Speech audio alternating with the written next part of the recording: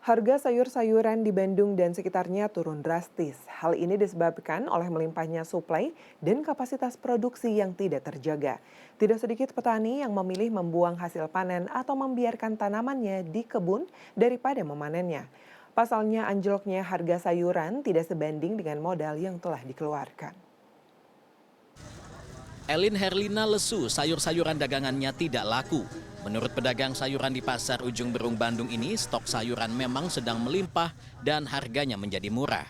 Saat ini 1 kilogram tomat dihargai Rp5.000, kol Rp7.000, dan cabai merah keriting dibanderol Rp32.000 per kilogram. Begitu pula dengan daun bawang hingga jengkol. Agar tidak terus merugi, Elin terpaksa mengurangi pembelian dari pasar induk. Sepi, rugi, ke berputar. Kadang belanja 2 poe sekali naon nitip, kalau sedikit mah dikurangi.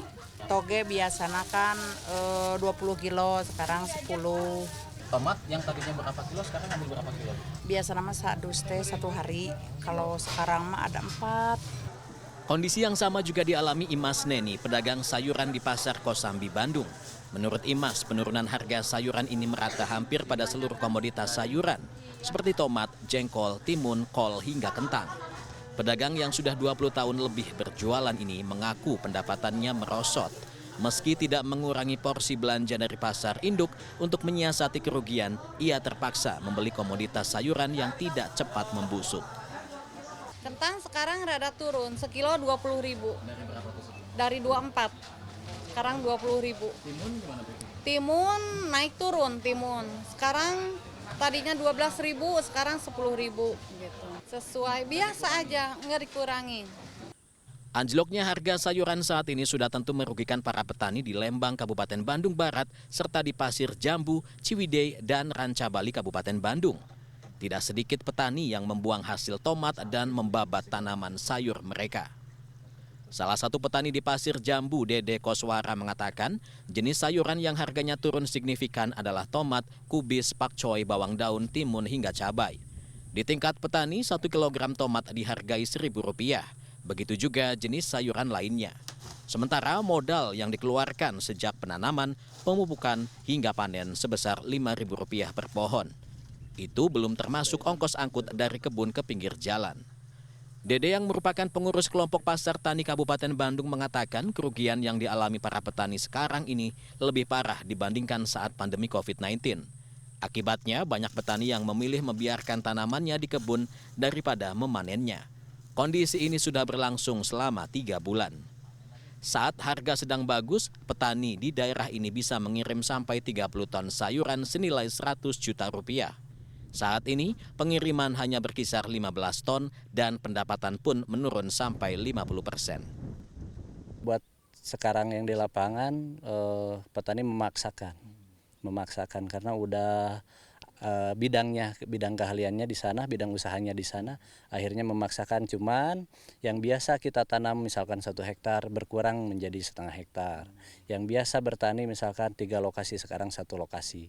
Dikarenakan kalau terlalu kita dipaksakan dengan keadaan seperti ini bukan hanya untung tapi rugi terus. Dede menambahkan rantai distribusi yang terlalu panjang juga membuat harga sayuran di tingkat petani jatuh dibanding harga di tingkat konsumen. Petani berharap situasi ini segera ditangani pemerintah yang membuat regulasi agar para petani dan konsumen lebih terlindungi. Jika keadaan ini dibiarkan, Dede khawatir para petani berhenti beraktivitas dan membuat stok sayuran di Jawa Barat menipis. Melimpahnya hasil panen di Tenggarai menjadi salah satu pemicu anjloknya harga sayuran. Kondisi ini jelas merugikan para petani. Apalagi bertani bukanlah pekerjaan sekunder, melainkan keseharian. Memang di satu sisi konsumenlah yang diuntungkan. Sayangnya anjloknya harga sayuran ini tidak diikuti langkah jitu dari pemerintah dalam membantu para petani. Menanggapi anjloknya harga sayuran, Kepala Bidang Tanaman Hortikultura Dinas Tanaman Pangan dan Hortikultura Provinsi Jawa Barat, Wardini Mulatsari, mengatakan ada beberapa alasan harga sayur di wilayah Bandung dan sekitarnya anjlok. Salah satunya karena beberapa daerah seperti Yogyakarta, Jawa Tengah, dan Jawa Timur sudah memproduksi sayuran lebih dulu dibandingkan wilayah Jawa Barat yang terkendala musim kemarau. Menurutnya, beberapa hasil produksi wilayah lain sudah lebih dahulu masuk ke pasar di Jawa Barat, sehingga harga sayur di Jawa Barat menjadi rendah. Agar harga sayur di tingkat petani tidak anjlok, pemerintah mengambil beberapa langkah.